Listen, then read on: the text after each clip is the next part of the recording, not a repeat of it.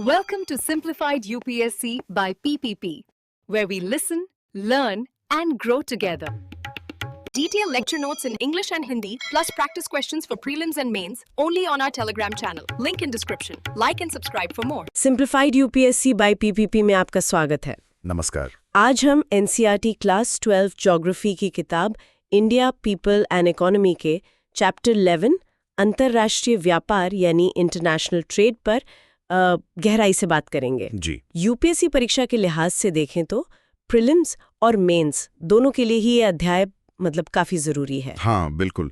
इसमें हम देखेंगे कि भाई आज़ादी के बाद से भारत के विदेशी व्यापार के जो तौर तरीके हैं, पैटर्न्स हैं, वो कैसे बदले हैं। हमारे निर्यात और आयात की संरचना कॉम्पोजिशन में क्या बदलाव आए हैं। अच्छा। हम किन देशों के साथ ज्यादा व्यापार करते हैं, यानी डायरेक्शन ऑफ ट्रेड क्या है। हाँ। और खास तौर पर हमारे जो समुद्री पत्तन हैं, सीपोर्ट्स, हाँ। वो इस व्यापार के लिए कितने महत्वपूर्ण हैं। तो हमारा मकसद ये रहेगा कि कॉन्सेप्ट्स को आसान भाषा में समझें और मेंस के लिए जरूरी एनालिटिकल पॉइंट्स निकालें। और हाँ, साथ ही प्रीलिम्स में पूछे जाने वाले फैक्ट्स और लोकेशंस, उन पर भी ध्यान देना होगा। बिल्कुल। तो चलिए भारत के अंतर्राष्ट्रीय व्यापार की इस यात्रा को शुरू करते हैं। चलिए। देखिए, अंतर्राष्ट्रीय व्यापार इंटरनेशनल ट्रेड किसी भी देश की इकोनॉमी के लिए आप कह सकते हैं लाइफलाइन जैसा होता है। सही कहा। अगर भारत की बात करें तो आज़ादी के बाद से हमारे विदेशी व्यापार ने एक लंबा सफर तय किया है। जी। शुरुआत में हम मुख्य रूप से कृषि उत्पाद, कच्चे माल, अयस्क वगैरह ही ज्यादातर निर्यात करते थे। हाँ, बिल्कुल। और मशीनरी, बनी बनाई चीजें, इनका आयात करते थे। ये बात एनसीईआरटी के जो शुरुआती आंकड़े हैं, टेबल 11.1 में शायद उसमें भी झलकती है। हाँ, बिल्कुल। वहां दिखता है कि विश्व व्यापार में भारत की हिस्सेदारी काफी कम थी और हमारा जो व्यापार संतुलन है, बैलेंस ऑफ ट्रेड, निर्यात और आयात का अंतर, हाँ, वो अक्सर नकारात्मक, नेगेटिव ही रहता था। हम जितना सामान बेचते थे उससे कहीं ज्यादा मूल्य का सामान बाहर से खरीदते थे। लेकिन समय के साथ तस्वीर बदली है ना? हाँ, काफी बदली है। जैसे जैसे भारत की अर्थव्यवस्था विकसित हुई, मैन्युफैक्चरिंग और सर्विसेज सेक्टर बढ़े, इसका सीधा असर हमारे व्यापार की बनावट पर पड़ा है।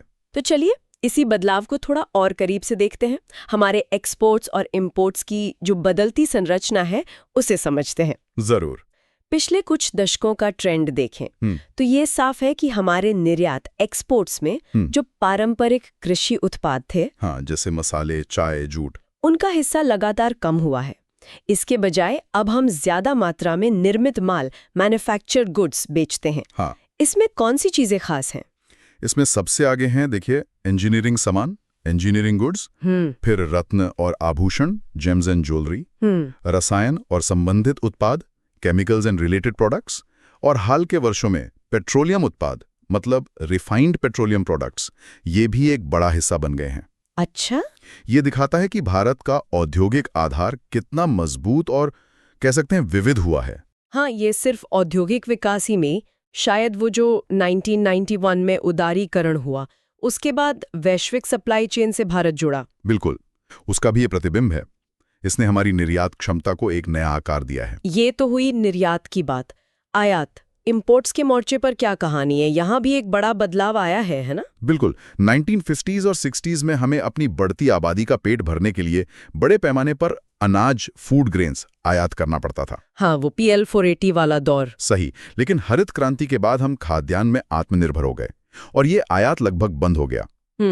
लेकिन एक दूसरी चीज हमारे आयात बिल पर हावी हो गई, वो है पेट्रोलियम, तेल। हाँ, 1973 के तेल संकट के बाद से कच्चे तेल और पेट्रोलियम उत्पादों का आयात तेजी से बढ़ा और आज भी ये हमारे कुल आयात का एक बहुत बड़ा हिस्सा है। पेट्रोलियम के अलावा और क्या मुख्य चीजें हम आयात करते हैं? पेट्रोलियम के अलावा हम भारी मात्रा में पूंजीगत सामान, कैपिटल गुड्स, जैसे कि मशीनरी, परिवहन उपकरण, इलेक्ट्रॉनिक सामान आयात करते हैं, जो हमारे औद्योगिक विकास के लिए जरूरी हैं। बिल्कुल, और ढांचागत विकास के लिए भी।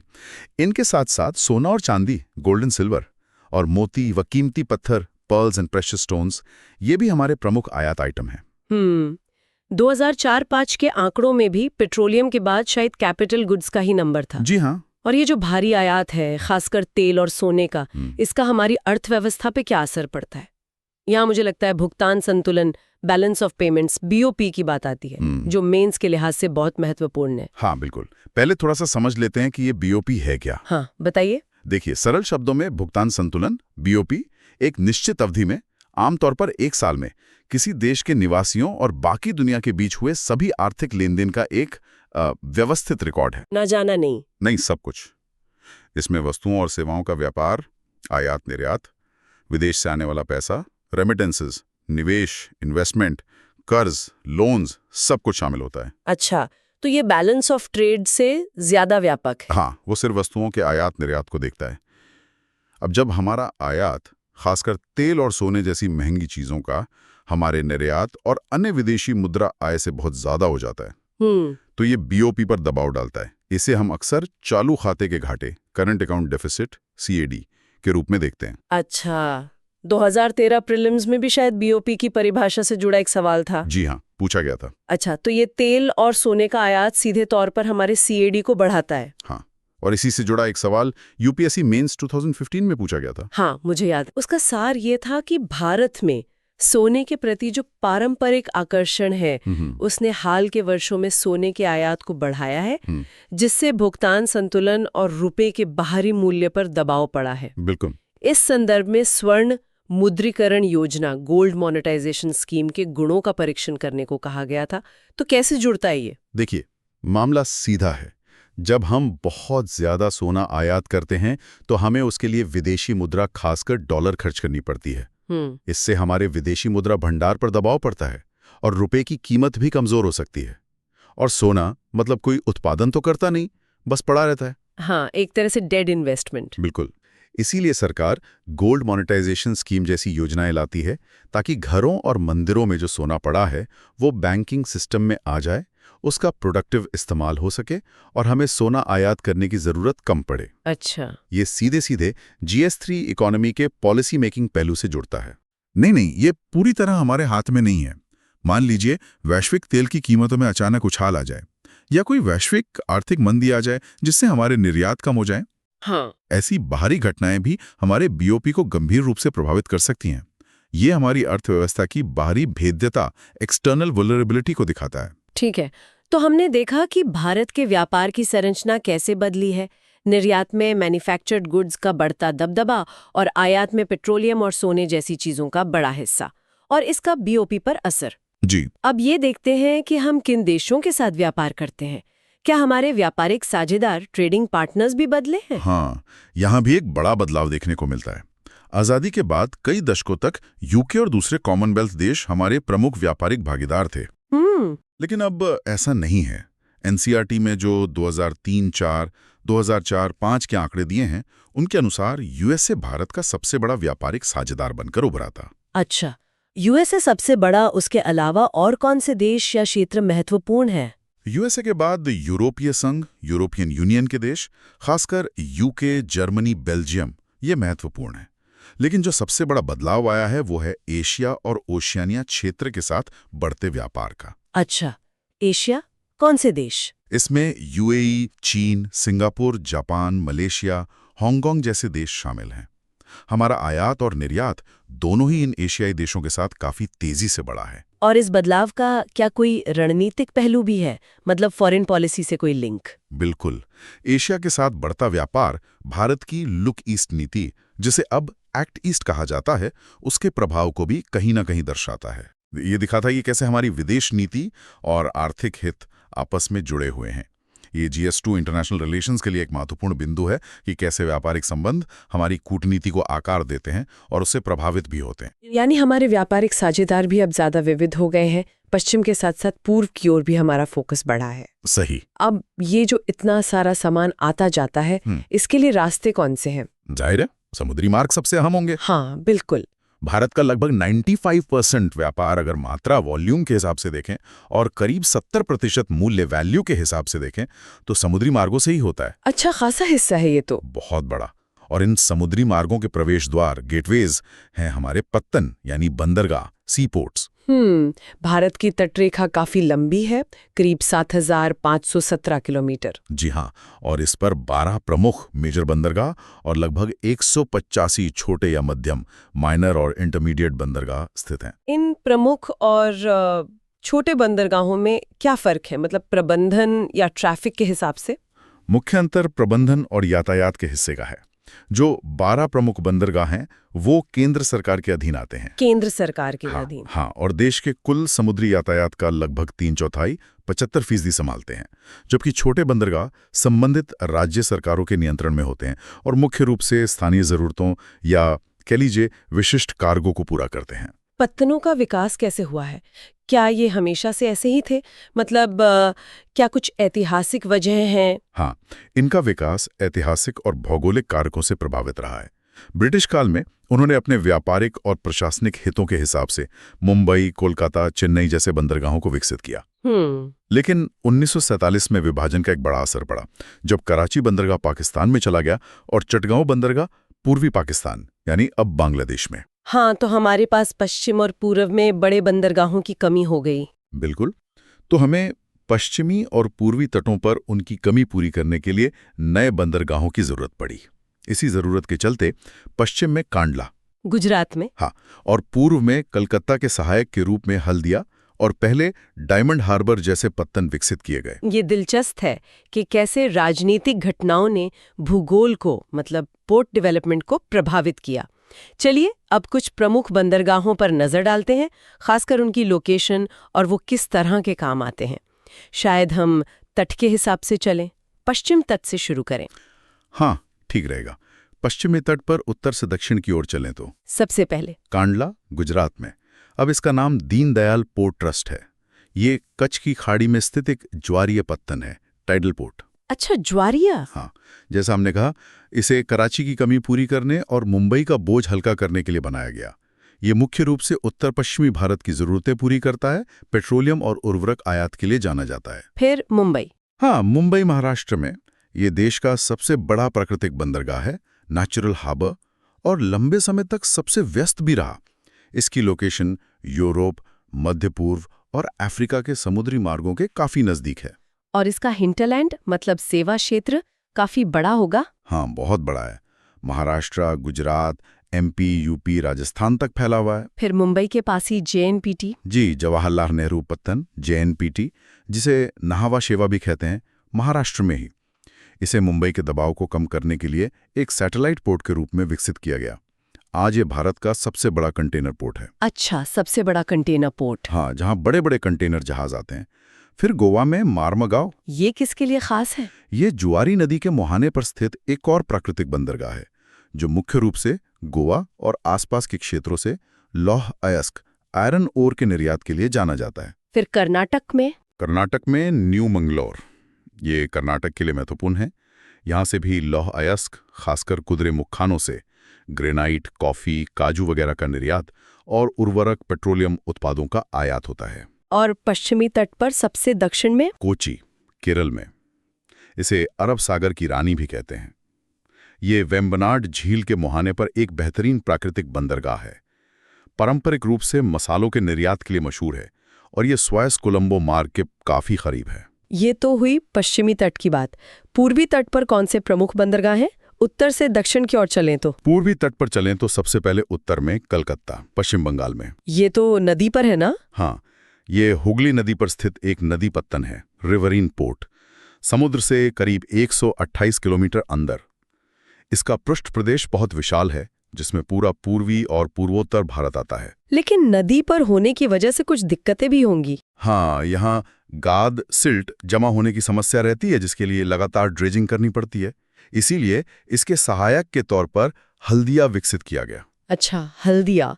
ये भी पश्चिम बंगाल में? जी हाँ, इसे कोलकाता का भार कम करने और बड़े जहाज़ों को संभालने के लिए हुगली के मुहाने के पास विकसित किया गया है। ये बल्क कार्गो जैसे कोयला, पेट्रोलियम, लौह अयस्क संभालता है। फिर उड़ीसा में? उड़ीसा में पारादीप, महानदी डेल्टा पर स्थित। इसकी खासियत है कि ये काफी गहरा बंदरगाह है, डीप हार्बर, जहां बहुत बड़े जहाज आ सकते हैं। इसे मुख्य रूप से लौह अयस्क के निर्यात के लिए बनाया गया था। फिर आंध्र प्रदेश में विशाखापट्टनम। हाँ, विशाखापट्टनम ये एक स्थलरुद्ध बंदरगाह है, लैंडलॉक्ड हार्बर। मतलब चारों तरफ से जमीन से घिरा हुआ? हाँ, जिसे पहाड़ियों ने घेर रखा है और एक नहर के जरिए ये समुद्र से जुड़ा है। ये भी लौह अयस्क, कोयला, तेल और अन्य कार्गो संभालता है। फिर तमिलनाडु में कई हैं शायद। चेन्नई। हाँ, चेन्नई ये पूर्वी तट के सबसे पुराने कृत्रिम बंदरगाहों आर्टिफिशियल हार्बर्स में से एक है। यहाँ मुंबई या कोच्चि जैसा प्राकृतिक हार्बर नहीं है, इसे बनाया गया है। और चेन्नई का भार कम करने के लिए एन्नोर, जिसका नाम अब कामराजार पोर्ट लिमिटेड है। ये चेन्नई का बोझ कम करने के लिए विकसित किया गया देश का पहला कॉर्पोरेटाइज्ड बंदरगाह है। ये मुख्य रूप से तमिलनाडु के थर्मल प्लांट्स के लिए कोयला आयात करता है। और सबसे दक्षिण में तूतीकोरिन, जिसका नाम अब वी.ओ. चिदम्बरनार पोर्ट ट्रस्ट है। ये भी पूर्वी तट पर दक्षिण में स्थित है और कई तरह का सामान जैसे कोयला, नमक, खाद्य तेल, उर्वरक संभालता है। श्रीलंका के साथ व्यापार के लिए भी इसकी लोकेशन महत्वपूर्ण है। आपने एक शब्द इस्तेमाल किया, पृष्ठ प्रदेश, हिंटरलैंड। इसे थोड़ा और स्पष्ट करेंगे, ये क्या होता है? हाँ, किसी बंदरगाह का पृष्ठ प्रदेश या हिंटरलैंड वो भौगोलिक क्षेत्र होता है जिसके आयात निर्यात की जरूरतें वो बंदरगाह पूरी करता है। अच्छा, यानी उस इलाके का माल उस बंदरगाह से भेजा जाता है या बाहर से आया माल उस बंदरगाह के जरिए उस इलाके तक पहुंचता है।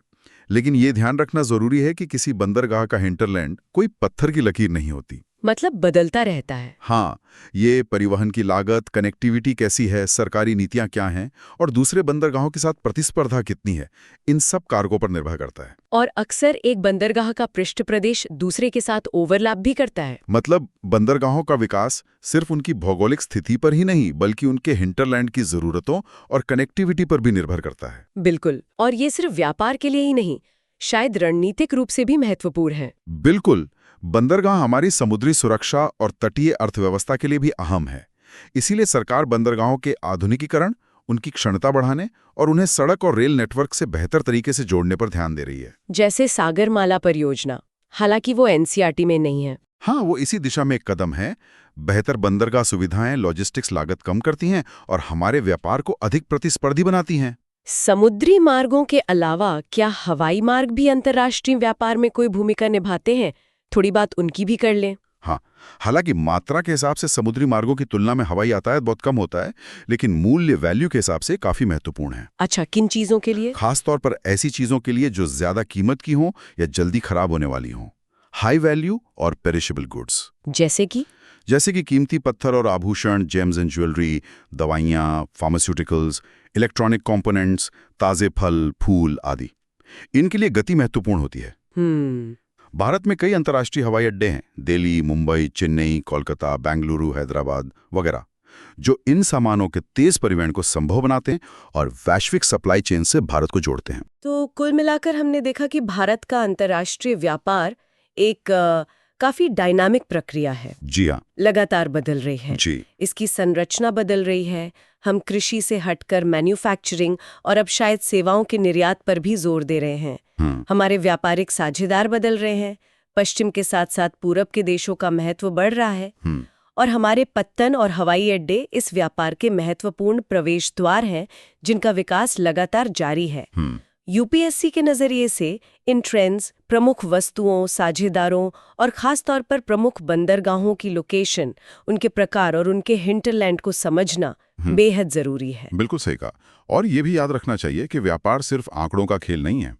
हाँ, ये देशों के बीच रिश्ते बनाता है, आर्थिक विकास को गति देता है, रोजगार पैदा करता है और दुनिया में भारत की जगह को परिभाषित करने में मदद करता है। चुनौतियां भी हैं, जैसे भुगतान संतुलन की। हाँ, चुनौतियां हैं तो बंदरगाहों का विकास और बेहतर कनेक्टिविटी जैसे अवसर भी हैं।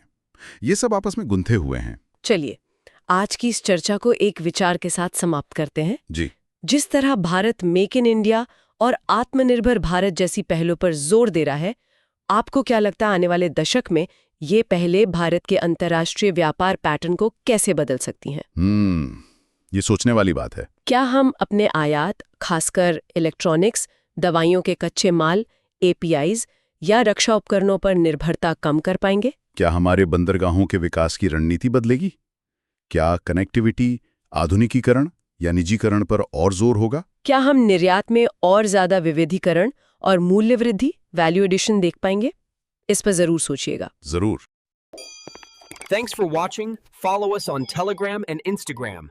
Don't forget to like, share, and subscribe.